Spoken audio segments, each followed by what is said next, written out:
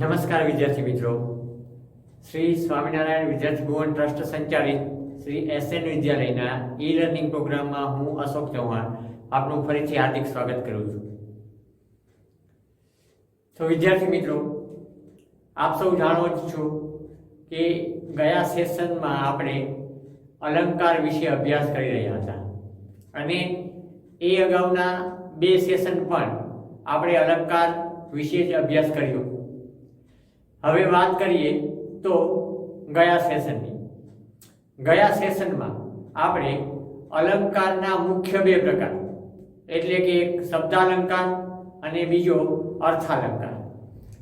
એ બંને પ્રકારોમાંનો શબ્દાલંકારનો સૌથી છેલ્લો પેટા પ્રકાર એટલે કે અંત્યાનુપ્રાસ અલંકાર અને ત્યારબાદ આપણે શરૂઆત કરી અર્થાલંકારને ભણવાની અને એ અર્થાલંકારમાં સૌથી પ્રથમ એને પેટા પ્રકાર કહીએ તો ઉપમા અલંકાર વિશે આપણે વિગતે અભ્યાસ કરી ગયા. તો હવે આપણા આજના આ સેશનમાં આપણે અર્થાલંકારના બીજા અન્ય પ્રકારો વિશે માહિતી મેળવીશું અને ઉદાહરણ સહિત તેની સમજૂતી લઈશું. તો આજના આ સેશનમાં આપણે શરૂઆત કરીએ અર્થાલંકારનો બીજો પેટા પ્રકાર એટલે કે રૂપક અલંકાર. વિદ્યાર્થી મિત્રો, ફરી પાછું પુનરાવર્તન કરાવી દઉં તો અર્થાલંકાર ભણવાની જ્યારે આપણે શરૂઆત કરી ત્યારે એને કઈ રીતે ઓળખવું એટલે કે અર્થાલંકારના જે વિવિધ પેટા પ્રકારો છે તેને આપણે કઈ રીતે ઓળખવા એના વિશે ધ્યાનમાં રાખવા જેવા ચાર મુદ્દા એટલે કે જે ચાર બાબત હતી તે મેં તમને જણાવી હતી. એક ઉપમેય, બીજું ઉપમાન, ત્રીજું સાધારણ ધર્મ અને ચોથું ઉપમાવાચક શબ્દ. આ ચારેય બાબતને આપણે જો યોગ્ય રીતે સમજતા હોઈશું તો જ આપણે અર્થાલંકારના વિવિધ પેટા પ્રકારોને ઓળખતા થઈશું. તો જણાવી દઉં, ઉપમેય એટલે કે જેની સરખામણી એટલે કે જે તે વ્યક્તિ કે વસ્તુની સરખામણી થઈ રહી છે તેને ઉપમેય કહેવાય. ત્યારબાદ ઉપમાન, તો જેની સાથે એટલે કે જે વ્યક્તિ વસ્તુની સરખામણી જે અન્ય વ્યક્તિ કે વસ્તુની સાથે થઈ રહી છે તેને કહેવાય છે ઉપમાન. ત્યારબાદ આ બંને એટલે કે ઉપમેય અને ઉપમાન, આ બંને વચ્ચે જે સમાન ગુણધર્મ છે તે સમાન ગુણધર્મને કહેવાય છે સાધારણ ધર્મ. અને આ ઉપમેય ઉપમાન બંને વચ્ચે જે સમાન બાબત છે તેને દર્શાવવા માટે જે શબ્દ મુકાય છે તેને કહેવામાં આવે છે ઉપમાવાચક શબ્દ. હવે આપણે આ ચાર બાબતોને અગાઉ પણ જાણી ગયા અને અત્યારે એનું પુનરાવર્તન પણ કરી ગયા.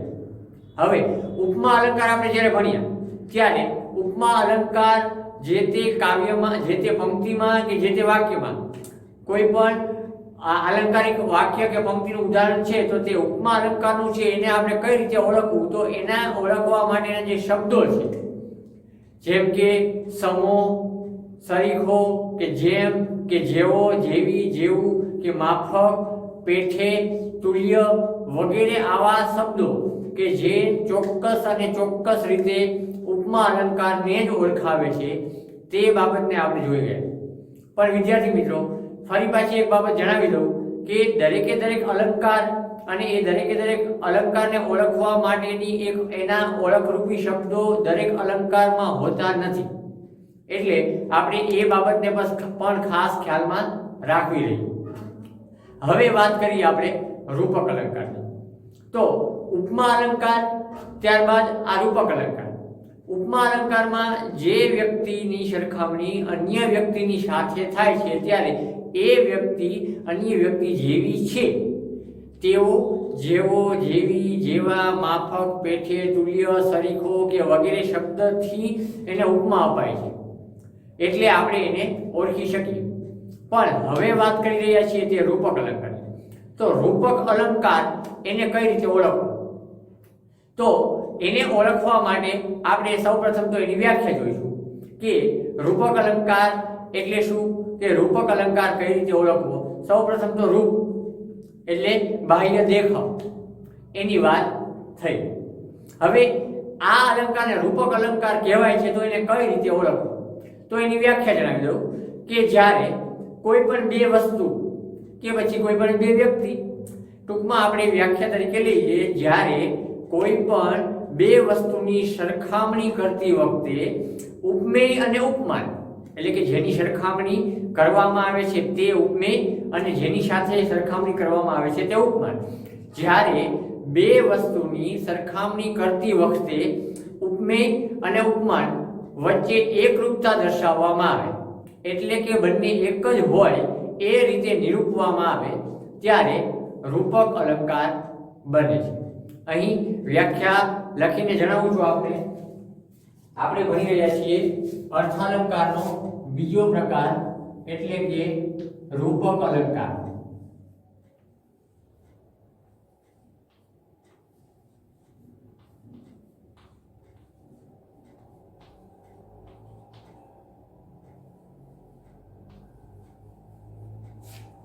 હવે એની વ્યાખ્યા મેં જણાવી તેમ અહીં બોર્ડ પર લખી જણાવું છું કે જ્યારે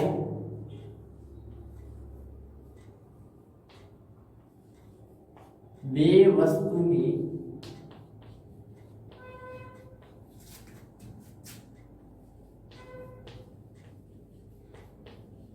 સરખામણી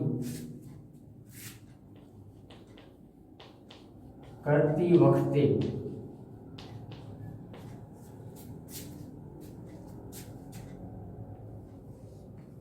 ઉપમેય અને ઉપમાન વચ્ચે એકરૂપતા દર્શાવવામાં આવે,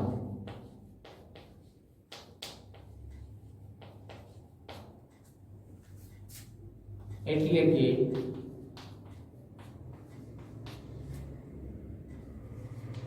ઉપમેયને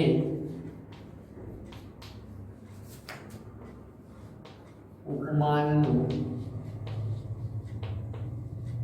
રૂપ આપી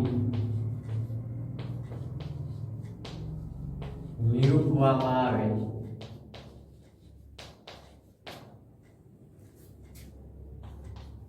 ત્યારે રૂપક અલંકાર બને છે.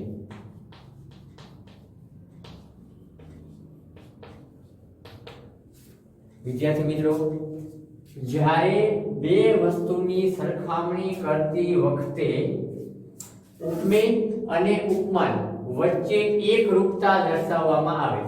એકરૂપતા એટલે કે બંને એક જ છે, બંને એકબીજા જેવા નથી પણ બંને એક જ છે એવી એકરૂપતા દર્શાવવામાં આવે, એટલે કે જેની સરખામણી થઈ રહી છે તે ઉપમેયને જ, જેની સાથે સરખામણી થઈ રહી છે તે ઉપમાનનું જ રૂપ આપી દેવામાં આવે. એવી જ રીતે એનું નિરૂપણ કરવામાં આવે ત્યારે રૂપક અલંકાર બને છે. હવે રૂપક અલંકાર છે એ બે શબ્દોથી ઓળખાય.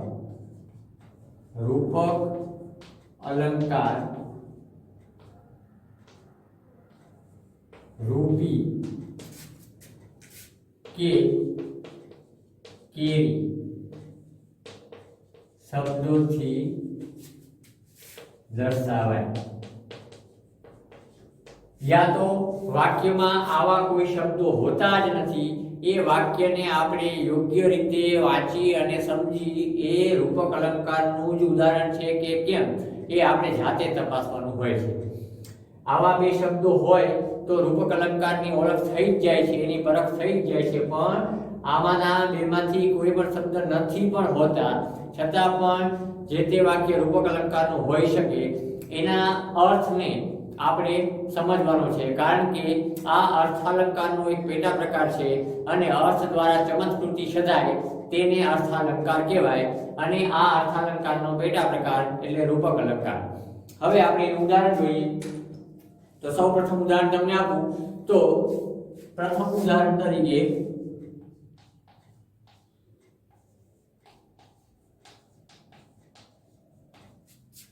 દેવકીના ખોળામાં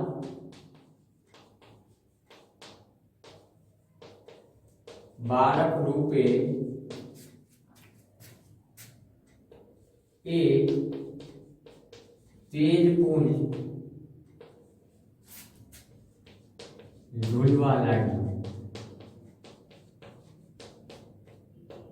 વિદ્યાર્થી મિત્રો, ધોરણ 10 નો એક એકમ છે જન્મોત્સવ. એ જન્મોત્સવ પાઠ છે એનું આ ઉદાહરણ છે કે દેવકીના ખોળામાં બાળક રૂપે એ તેજ પુંજ ઝૂલવા લાગ્યું.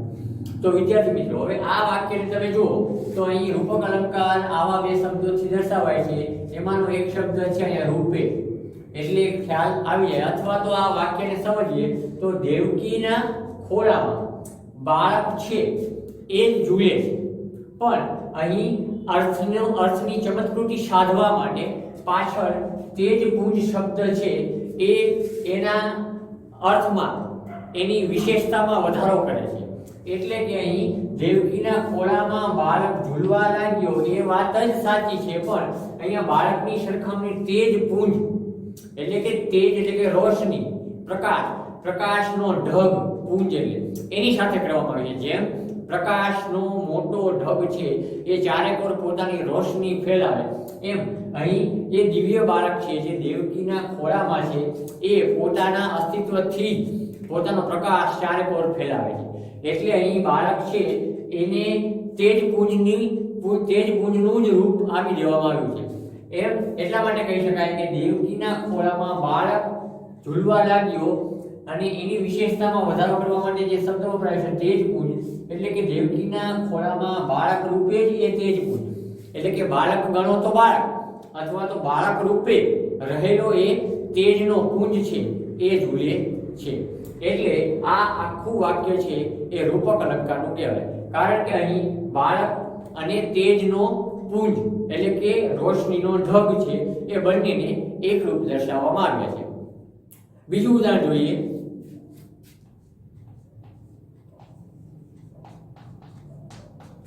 એ તો નજરની પીંછીને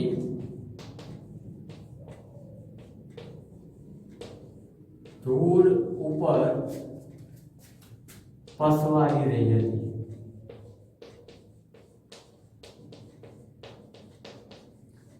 અહીં એક વાક્ય છે, વાક્ય પરથી એવું લાગે છે કે કોઈ સ્ત્રીની વાત થઈ રહી છે કે એ તો નજરની પીંછીને ધૂળ ઉપર પસવારી રહી હતી. તો અહીંયા નજર છે એ ધૂળ ઉપર એ ફરી રહી હતી એવું કહેવા માંગે છે. પણ અહીં એ જ આખા વાક્યની ચમત્કૃતિ પાછળ રહેલા શબ્દ એટલે કે નજરની પાછળ રહેલો શબ્દ છે પીછી, એના દ્વારા ચમત્કૃતિ સદાય છે, અને એક આખું વાક્ય છે અર્થની દ્રષ્ટિએ શોભાયમાન લાગે છે કે એ તો નજરની પીછી, ખરેખર નજર છે, દ્રષ્ટિ છે, એ દ્રષ્ટિ ધૂળ ઉપર પસવારી રહી છે. પસવારવું એનો અર્થ એવો થાય કે પ્રેમથી પંપાળવું, એટલે કે પ્રેમ ભરી નજરે ધૂળ ઉપર જોઈ રહી હતી.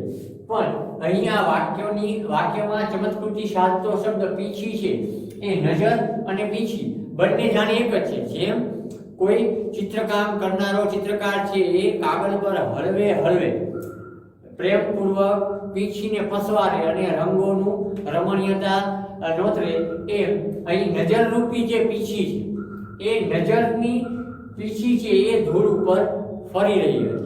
એટલે કે નજર અને પીંછી છે એ બંને એકબીજાના રૂપક છે. જો એ વિદ્યાર્થી મિત્રો અહીં નથી રૂપી કે નથી કેરી શબ્દો, છતાં પણ અહીંયા નજર એ જ પીંછી અને પીંછી એ જ નજર, એવી બંને વચ્ચે એકરૂપતા સાધવામાં આવી છે. ત્રીજું ઉદાહરણ જોઈએ તો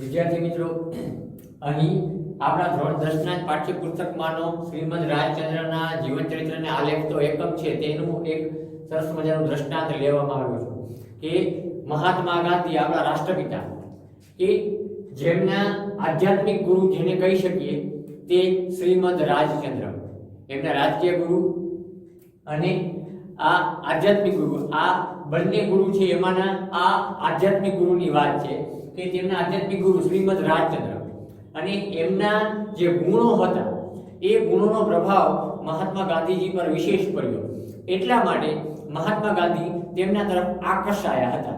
તો આ વાક્યમાં એવું કહેવા માંગે છે કે શ્રીમદના ગુણને માટે ગાંધીજી તેમના તરફ આકર્ષાયા હતા. શ્રીમદના જે ગુણો હતા એ ગુણોથી પ્રભાવિત થયા હતા મહાત્મા ગાંધી, એટલે તે પોતાના ગુરુમાંથી એ સંસ્કારો પોતાના જીવનમાં લેવા માંગતા હતા. પણ આ વાક્યમાં પણ આલંકારિક ભાષાનો પ્રયોગ થયો છે અને આ વાક્યને શોભાયમાન કરતો શબ્દ છે સંપત્તિ. પણ શેની સંપત્તિ? તો ગુણ છે ને એ જ સંપત્તિ. શ્રીમદના અઢળક એટલે કે ઘણા બધા આંતરિક ગુણ રૂપી જે સંપત્તિ છે એ શ્રીમદ રાજચંદ્રમાં જે ગુણોનો જે ભંડાર હતો, ગુણોની સંપત્તિ હતી, એના માટે થઈને ગાંધીજી શ્રીમદ રાજચંદ્ર તરફ ખેંચાયા હતા. એટલે કે અહીં ગુણ છે એને સંપત્તિનું રૂપ આપ્યું છે, એટલે કે ગુણ એ જ સંપત્તિ અને સંપત્તિ એ જ ગુણ. આમ આ આખા વાક્યમાં અર્થાલંકારના આ રૂપક અલંકારનો પ્રયોગ થયો છે.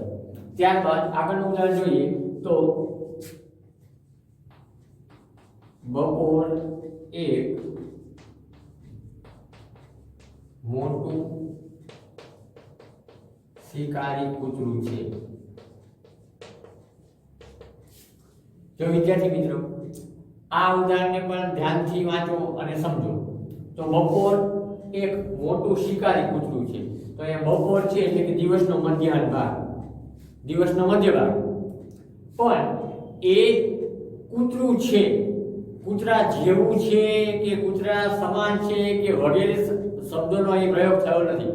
પણ જેમ બપોરની કાળઝાળ ગરમી, ઉનાળાના ધોમધખતા બપોરની જે ગરમી છે એ કોઈ પણ માણસને ચક્કર ખાઈને નીચે પાડી દે, એમ એ ગરમીથી કોઈ પણનો જીવ માત્રનો શિકાર થાય એ ગરમીના કારણે, એવી રીતે કોઈ પણ કૂતરું કે જે પોતાનો ખોરાક શોધતા અથવા તો એને કનડગત કરતા કોઈ પણનો શિકાર કરીને એને બચકું ભરી દે, તે બપોર જેમ ગરમીથી શિકાર કરે છે તેવી રીતે કૂતરું પોતાના ખોરાક માટે શિકાર કરે છે. એટલે કે બપોર પણ શિકારી અને કૂતરું પણ શિકારી. એટલે અહીં બપોર અને કૂતરું છે એ બંને એક જ છે કે બંને શિકાર કરે છે. એટલે કે બપોર શિકારી કૂતરું છે. બપોર શિકારી કૂતરા જેવી છે એવો શબ્દ પ્રયોગ થાય તો એ ઉપમા અલંકાર થાય, પણ અહીં એવો કોઈ ઉપમાવાચક શબ્દ પ્રયોજાયો નથી. માટે બપોરને જ કૂતરાનું રૂપક આપી દેવામાં આવ્યું છે, એટલે આ વાક્ય રૂપક અલંકારનું બને. ત્યારબાદ આગળનું ઉદાહરણ જોઈએ.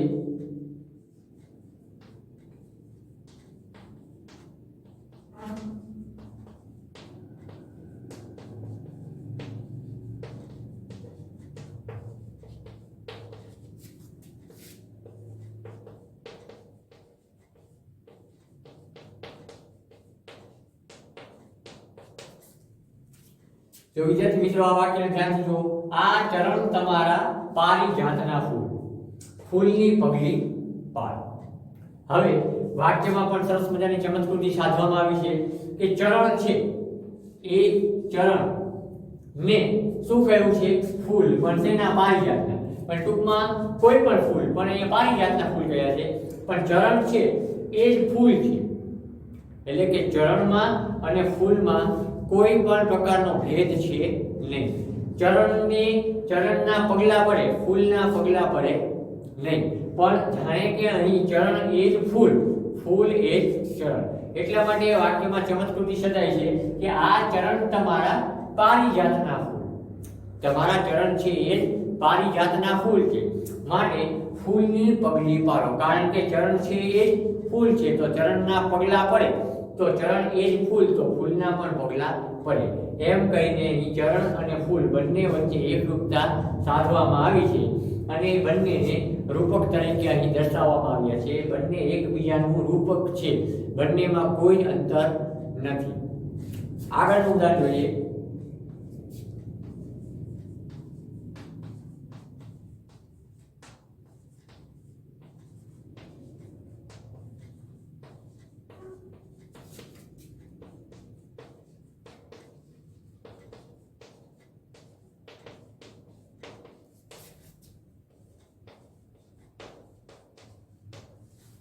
ગુજરાતી સાહિત્યના ખૂબ જ જાણીતા એવા કવિ શ્રી મકરંદ દવેનું આ કાવ્ય છે અને એ કાવ્યની પંક્તિ અહીં ઉદાહરણ સ્વરૂપે નાખી છે કે અમે રે સુકુરુનું પૂમડું.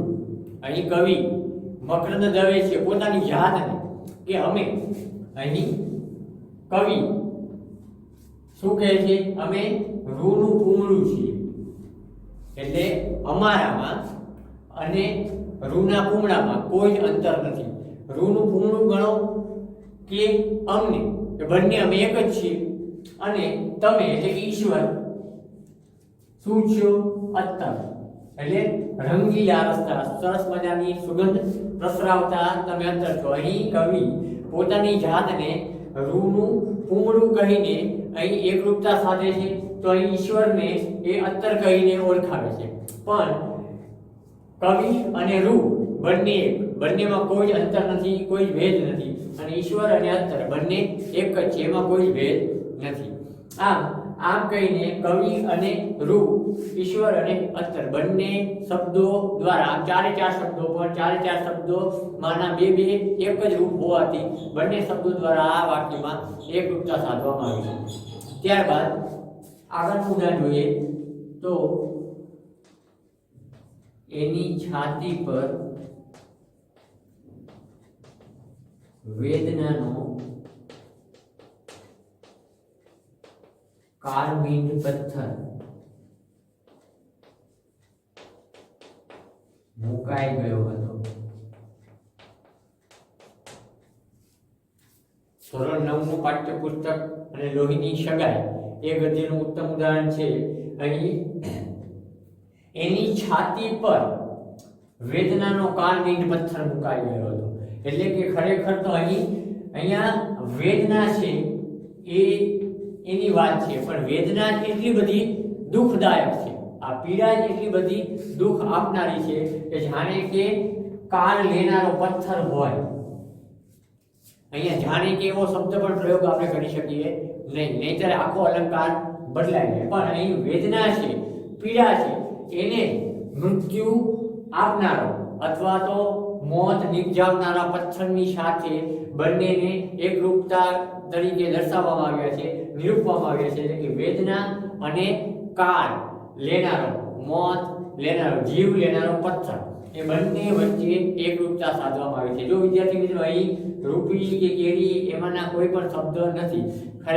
ખરેખર જોઈએ તો રૂપક અલંકાર સમજવાની દ્રષ્ટિએ તમે એને સરસ સતત પ્રયત્નશીલ રહી એના અર્થને સમજો તો એકદમ સરળ છે, પણ જો તમે એના અર્થને સમજી ન શકો તો આમાં ભૂલ કરી બેસો.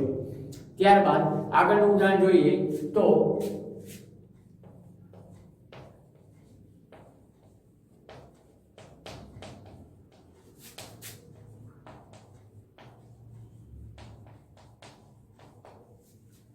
અહીં કવિ પોતાની પ્રિયતમા અથવા તો એક નાયિકાને સંબોધીને વાત કરી રહ્યો હોય એવું આ વાક્યમાં જણાય છે. વદન સુધાકરને રહુ નિહાળી. આકાશમાં રાત્રિ દરમિયાન પ્રકાશમાન સરસ મજાનો ચંદ્રમા પોતાની ચાંદની થી આખા આકાશને સરસ મજાનું ઝગમગાવે રાખે અને આખું આકાશ શોભાયમાન લાગે કે આપણે નિરખતા જ રહીએ. એવી રીતે અહીં નાયક છે નાયિકાને કહે છે કે તમારું વદન, વદન એટલે ચહેરો, અને વદન રૂપી એ ચંદ્ર છે. વદન રૂપી જે આ મયંક છે, શશી છે, કે જે આકાશમાં પ્રકાશમાન ચંદ્રમા છે એની સાથે એને સરખાવવામાં આવ્યું છે કે તમારા વદન ચંદ્રને, તમારા મુખ ચંદ્રને નિહાળી જ રહું, જોયા જ કરું. એમ અહીં વદન અને ચંદ્ર બંને વચ્ચે એકરૂપતા સાધવામાં આવી છે. ત્યારબાદ આગળ ઉદાહરણ જોઈએ તો તડકાનું પોતું જાય લૂછતું છાંયડા ઊનું ઊનું. આ પણ કાવ્ય પંક્તિનું એક ઉદાહરણ છે. અહીં તડકાનું પોતું જાય લૂછતું છાંયડા. તો અહીં ખરેખર વાત છે તડકાની અને એને રૂપ આપવામાં આવ્યું છે પોતાનું. કે તડકો છે, તડકો આવે એટલે છાંયડો છે એ વિલાઈ જાય, એ દૂર થઈ જાય. એટલે કે તડકો આવવાથી છાંયડો ચાલ્યો જાય છે. પણ એ તડકો છે એને જ પોતું કહ્યું છે. કે જેમ આપણા ઘરમાં ક્યાંય ગંદકી હોય કે પાણી કે વગેરે પ્રવાહી વેરાયું હોય તો આપણે પોતા વડે એને સાફ કરી નાખીએ એટલે ગંદકી દૂર થઈ જાય, ઢોળાયેલો પ્રવાહી છે એ દૂર થઈ જાય. એમ અહીં તડકો છે એને જ પોતાનું રૂપક આપી દેવામાં આવ્યું કે તડકા રૂપી જે પોતું છે એ છાંયડાને લૂછતું જાય છે. ત્યારબાદ આગળનું ઉદાહરણ જોઈએ તો મુંજે ફરીથી ઊંચે જોયું ને હાસ્ય બાણ છોડ્યું. અહીં ધોરણ 10 ના જૂના અભ્યાસક્રમમાં આવતો ગદ્ય છે પૃથ્વી વલ્લભ કેમ ખંચાયો, તેમાંનું આ એક ઉદાહરણ છે કે મુંજ આ નાયક છે એને ઊંચે જોયું, ફરીવાર એને ઊંચે જોયું અને હાસ્ય કર્યું. પણ અહીંયા હાસ્ય ને બાણનું રૂપ આપી દેવામાં આવ્યું છે કે તેને મલકાટ કર્યો, એટલે કે પોતાના ચહેરા પર સ્મિત લાવ્યું હોય. પણ ખરેખર અહીંયા આ આખા વાક્યમાં ચમત્કૃતિ ભર્યો અર્થ છે એ પ્રગટ થાય છે કે હાસ્યનું બાણ, એટલે કે હાસ્ય એ જ બાણ એ જ હાસ્ય. મુંજે ફરીથી ઊંચે જોયું ને હાસ્ય બાણ છોડ્યું. આમ સ્મિતને હાસ્યને બાણનું રૂપ આપી દેવામાં આવ્યું છે. તો વિદ્યાર્થી મિત્રો, અહીં મેં વ્યાખ્યા દર્શાવીને આપેલા ઉદાહરણો છે જે રૂપક અલંકાર દર્શાવે છે અને આટલા ઉદાહરણ પરથી આપને ચોક્કસ ખ્યાલ આવી ગયો હશે એવો મને વિશ્વાસ છે. ફરી પાછું જો આ આપેલા ઉદાહરણોમાં ન ખ્યાલ આવે તો તમારા પાઠ્યપુસ્તકમાં રહેલા એકમોમાંથી પણ આના જેવા અથવા તો બીજા કોઈ સાહિત્યમાંથી આના જેવા ઉદાહરણોને લઈ સમજવાનો પ્રયત્ન કરશો અથવા તો વિડીયોને ફરીવાર નિહાળશો. હવે આપણે આગળ વધીએ અર્થાલંકારના ત્રીજા પેટા પ્રકાર પર.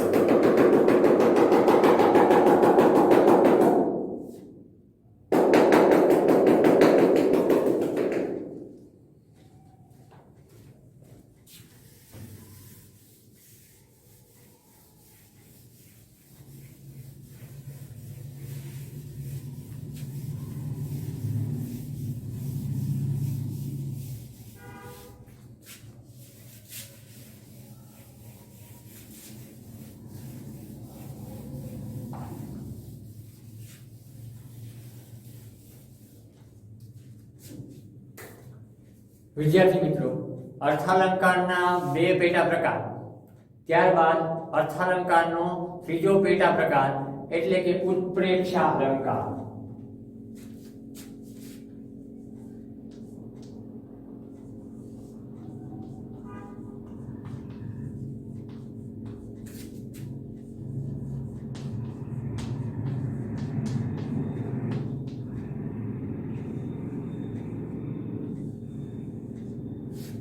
ઉત્પ્રેક્ષા અલંકાર વિશે ભણી એ પહેલા ફરી પાછા અગાઉ ભણી ગયેલા બે અલંકારો છે એની ચોક્કસ બાબતને યાદ કરાવી દઉં તો ઉપમા અલંકારમાં ઉપમેય ઉપમાન જેવો છે તેવી સરખામણી થાય છે, જ્યારે રૂપક અલંકારમાં ઉપમેય અને ઉપમાન બંને એક જ છે. ઉપમામાં બંને એકબીજા જેવા છે તેવું દર્શાવવામાં આવે અને રૂપકમાં બંને એક જ છે તેવું દર્શાવવામાં આવે છે. તો હવે વાત કરી રહ્યા છીએ આપણે ઉત્પ્રેક્ષા અલંકાર. તો ઉત્પ્રેક્ષા અલંકારને કઈ રીતે ઓળખવો, ઉત્પ્રેક્ષા અલંકાર કોને કહેવાય, કઈ રીતે એની સમજ મેળવવી, એની વ્યાખ્યા જણાવો. તો જ્યારે બે વસ્તુની એટલે કે ઉપમેય અને ઉપમાનની સરખામણી થાય, બંનેની સરખામણી યા તો બંનેની એકરૂપતાની સંભાવના વ્યક્ત કરવામાં આવે. જો મિત્રો, સંભાવના એટલે કે ધારણા થાય, માત્ર ને માત્ર અનુમાન થાય.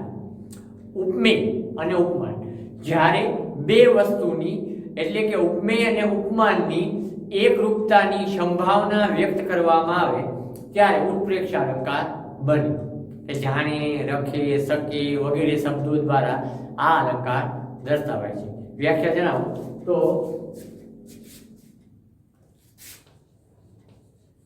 જ્યારે બે વસ્તુની એટલે કે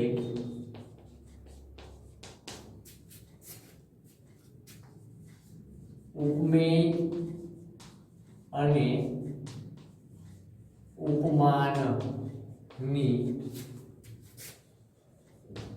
એકરૂપતાની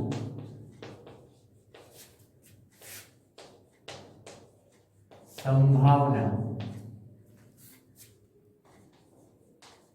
વ્યક્ત કરવામાં આવે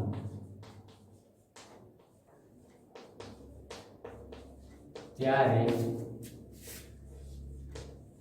ઉત્પ્રેક્ષા અલંકાર બને.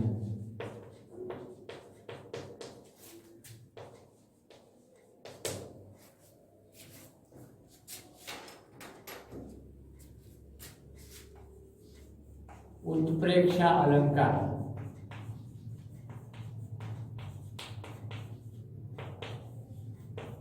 જાણે, રખે અને શકે શબ્દો વડે દર્શાવે.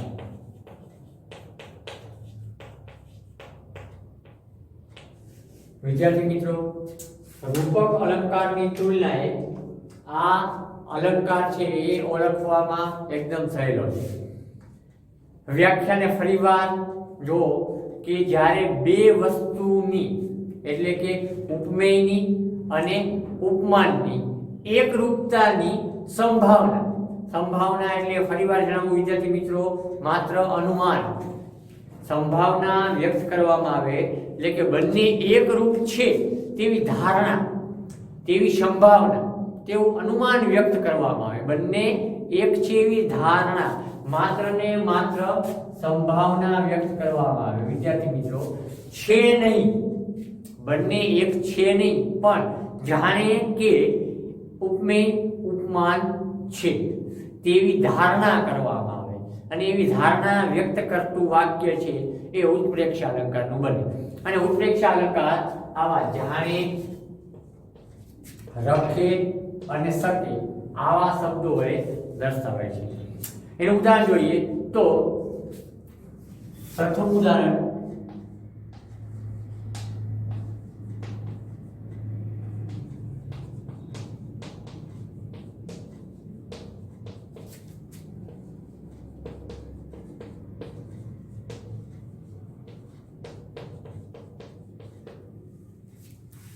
વિદ્યાર્થી મિત્રો, ધોરણ 10 નો જે બીજો એકમ છે કે શિક્ષણનો હેતુ છે માત્ર ને માત્ર વિદ્યાર્થીને આનંદ આપવાનો અને તેને એક ઉમદા માણસ બનાવવાનો છે. એ સંદેશ આપતો જે ગદ્ય છે બીજો, એનું આ ઉત્તમ ઉદાહરણ છે.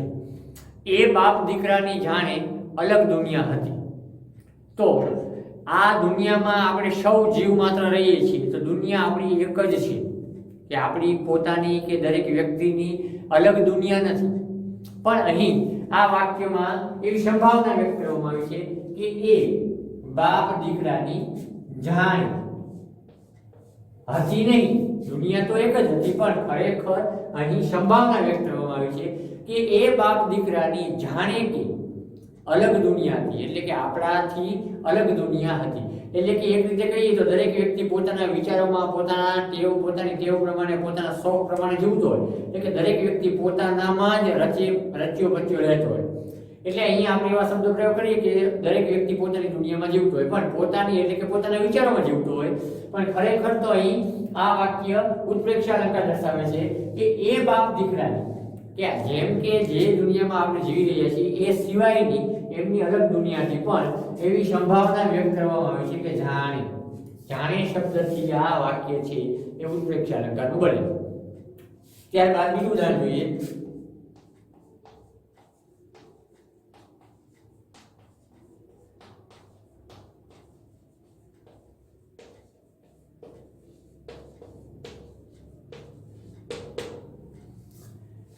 રખે હું પંખી બની ઉડી જાઉં.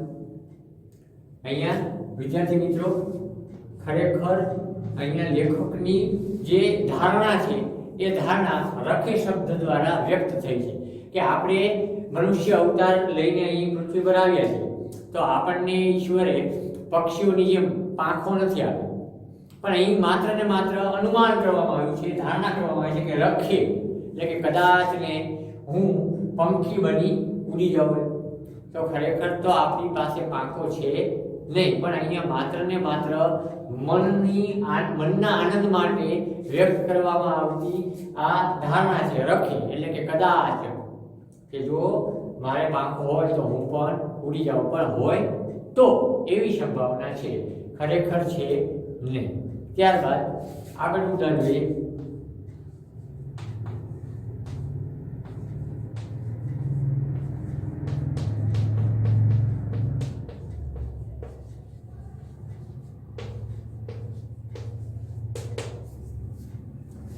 વિદ્યાર્થી મિત્રો આ વાક્યમાં પણ એક પ્રકારે નમ્ર અરજ છે એવું સૂચવાઈ રહ્યું છે, પણ આ વાક્યને આપણે અલંકારિક રીતે જોવાનું છે. તો ભાઈ અહીંયા વિનવણીના ભાવ રૂપે કહેવાય છે, ભાઈ બની શકે તો સજ્જન બનજે. બની શકે તો સજ્જન બનજે એટલે એનો અર્થ કે ખરેખર એ વ્યક્તિ સજ્જન કહેવાને લાયક છે નહીં, તેનામાં કેટલા બધા દુર્જન જેવા ગુણો છે, એટલે કે ખરેખર તો એ દુર્જન જ છે. પણ અહીં સંભાવના વ્યક્ત કરવામાં આવી છે કે બની શકતો સજ્જન બનજે, નહીતર તારામાં સજ્જન જેવા એકે ગુણ છે નહીં. માત્ર સજ્જન બની શક, તારામાં સજ્જનતા આવે એવો પ્રયત્ન કરજે, એવી સંભાવના વ્યક્ત કરાય છે શકે શબ્દ દ્વારા. ત્યારબાદ આગળ ઉદાહરણ જોઈએ.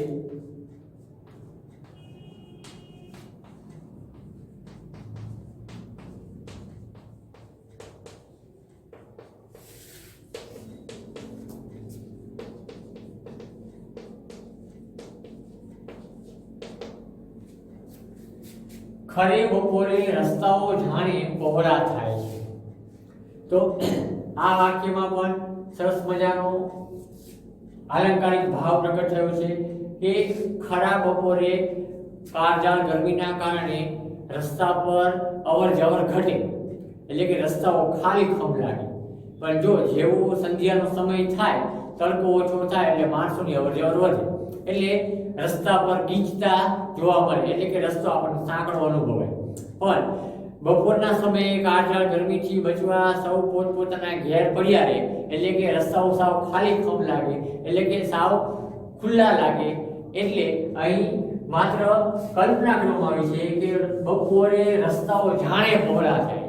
ખરેખર માણસોની ગીચતા ઓછી હોવાને કારણે રસ્તાઓ ખાલી પડેલા હોય છે, એટલે મોટા લાગે છે. પણ માણસોની ગીચતા હોવાથી, અવર જવર વધતી હોવાથી એ રસ્તાઓ સાંકડા લાગે માણસોની ભીડથી. પણ માણસની જ્યાં અવર જવર ઘટતી જતી હોવાથી રસ્તાઓ ખાલી હોય એટલે મોટા લાગે છે. એટલે અહીં કલ્પના થઈ છે કે ખરે બપોરે રસ્તાઓ જાણે પહોળા થાય છે. તો અહીં જાણે શબ્દ દ્વારા પણ કલ્પના થઈ છે. ત્યારબાદ આગળનું ઉદાહરણ જોઈએ તો લોચન તેના જાણે પદ્મ પાંખડી. લોચન તેના જાણે પદ્મ પાકડી. અહીં કવિના મનમાં પ્રગટ થતો સરસ મજાનો વિચાર અથવા તો એક નાયક છે એ પોતાની નાયિકા છે એ નાયિકા પ્રત્યે જે પ્રેમ વ્યક્ત કરતું વાક્ય છે એ દર્શાવે છે કે લોચન. લોચન એટલે કે આંખ. આંખ જાણે કે એની કમળની પાંદડી. આંખ તેની કમળની પાંદડી પણ જાણે. વિદ્યાર્થી મિત્રો, અહીં ખરેખર સંભાવના, અનુમાન વ્યક્ત કરવામાં આવ્યું છે. ખરેખર તો એની આંખમાં કાયમ ગુસ્સો જ વર્તાય છે કે આપણને જોતા જ આપણને બાળીને ભસ્મ કરી નાખે એવો ગુસ્સો છે એનામાં. પણ ખરેખર અહીંયા તો કલ્પના વ્યક્ત થઈ છે કે લોચન એની આંખ જાણે કે કમળની પાંદડી જેવી કોમળ છે. પણ વિદ્યાર્થી મિત્રો, અહીં સંભાવના છે, જાણે. ખરેખર છે નહીં, વાસ્તવિકતા સાવ જુદી જ છે. પણ અહીં કલ્પના કરીને અહીં આંખને કમળની પાંદડી છે એની સાથે એકરૂપતા હોય એવી રીતે દર્શાવવામાં આવે છે. ત્યારબાદ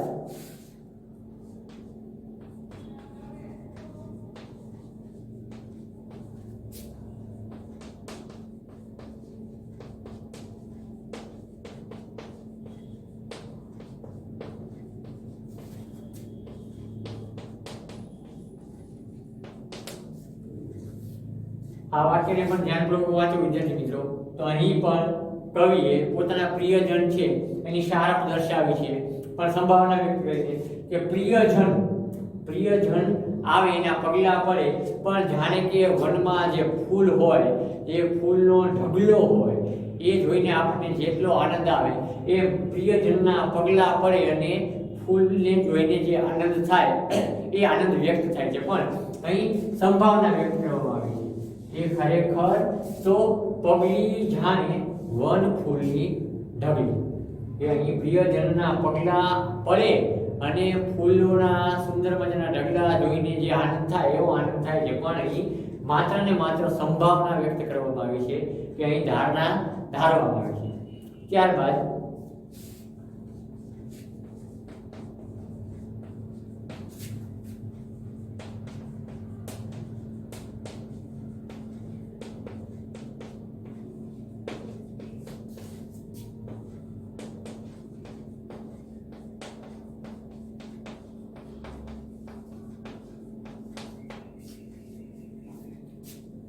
ધોરણ 10 નો એકમ ભૂખથી ભૂંડી ભીખ પન્નાલાલ પટેલનો આ ગદ્ય છે, નવલકથાનો એક અંશ છે અને એમાંથી લેવામાં આવેલું ઉદાહરણ છે. કાળુને પોતાના વિચારો જાણે બાલિશ લાગવા માંડ્યા.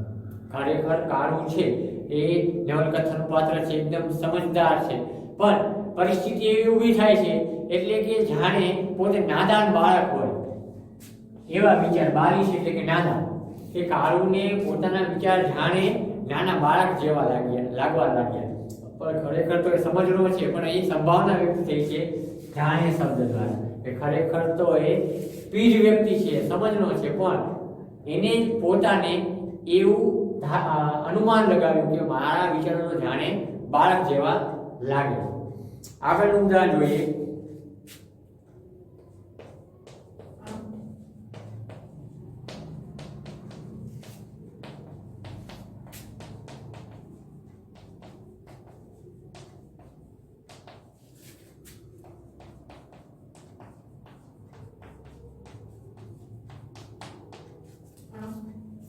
હાથી જાણે રમતો હોય તેમ સૂંઢ હલાવવા લાગ્યો.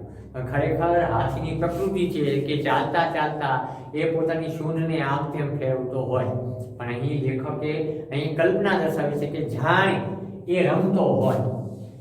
ખરેખર તો એ પોતાની ધૂનમાં ચાલ્યો જતો હોય છે, એની એક પ્રકૃતિ છે, ચાલતા ચાલતા એ પોતાની સૂંઢને આમ તેમ ફેરવે.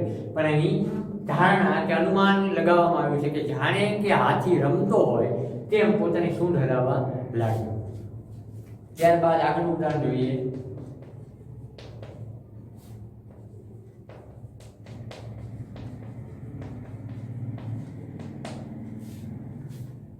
હૈયું જાણે હિમાલય. હિમાલયમાં રહેલો બરફ છે જેમ પીગળી જાય અથવા તો બરફની જેમ હૈયું પણ એકદમ નાજુક છે કે એ લેસ માત્ર વારમાં પીગળી જાય એટલું નરમ છે કે એટલું લાગણીશીલ છે. ખરેખર તો એ દુઃખો સહીને એકદમ કઠણ કાજુ બનાવેલું છે, પણ અહીં કલ્પના, અનુમાન કે પછી ધારણા ધારવામાં આવી છે કે હૈયું જાણે હિમાલય. ત્યારબાદ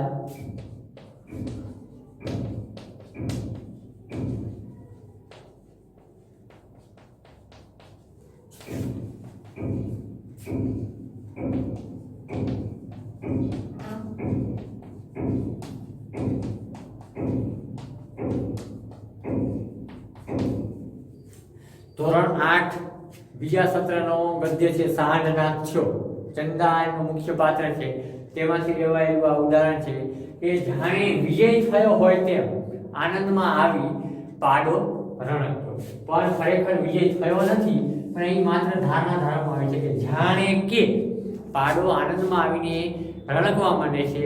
આમ તો ખરેખર મારી ભૂલ થાય છે. આ ઉદાહરણ છે ઝુમો ભીસ્તી ગદ્યનું છે. ધોરણ 8 પ્રથમ સત્રનો ત્રીજો એકમ ઝુમો ભીસ્તી. એ ઝુમો ભીસ્તી પાઠ છે એનું ઉદાહરણ છે કે જાણે કે વિજય થયો હોય યુદ્ધમાં, અને વિજય થઈને આપણને જે આનંદ થાય એવો આનંદ પાડો છે એને જ્યારે એનો માલિક છે ચરાવવા વેલી ભરોડે લઈ જાય છે અને એને ખુલ્લો મૂકી દે છે, ત્યારે એ વિજય થયો હોય તેમ આનંદમાં આવીને રણકવા માંડે છે. એમ અહીં જાણે કે વિજય થયો હોય. ખરેખર તો અહીં કોઈ યુદ્ધની વાત નથી કે કોઈ પરાક્રમની કે લડાઈ ઝઘડાની વાત નથી, પણ અહીંયા આનંદ થાય, પણ જાણે કે કોઈ મોટી વાત અથવા તો મોટી સિદ્ધિ મેળવી હોય અને યુદ્ધમાં આપણે વિજય પ્રાપ્ત કર્યો હોય એવો આનંદ થાય. એવો આનંદ અહીં પાડાને થાય છે અને એ રણકે છે, પણ ખરેખર અહીં સંભાવના વ્યક્ત કરવામાં આવે છે.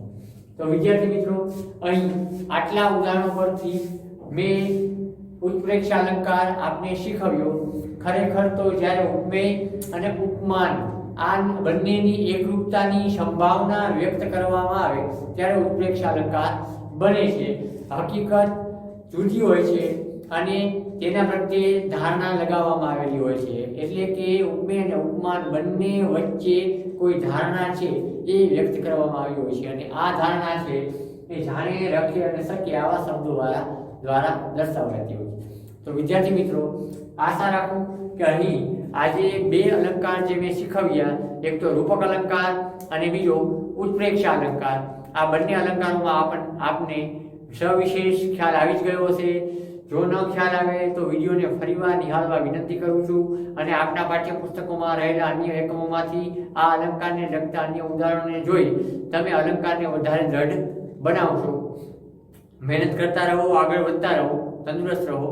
ફરી મળીશું. નમસ્કાર.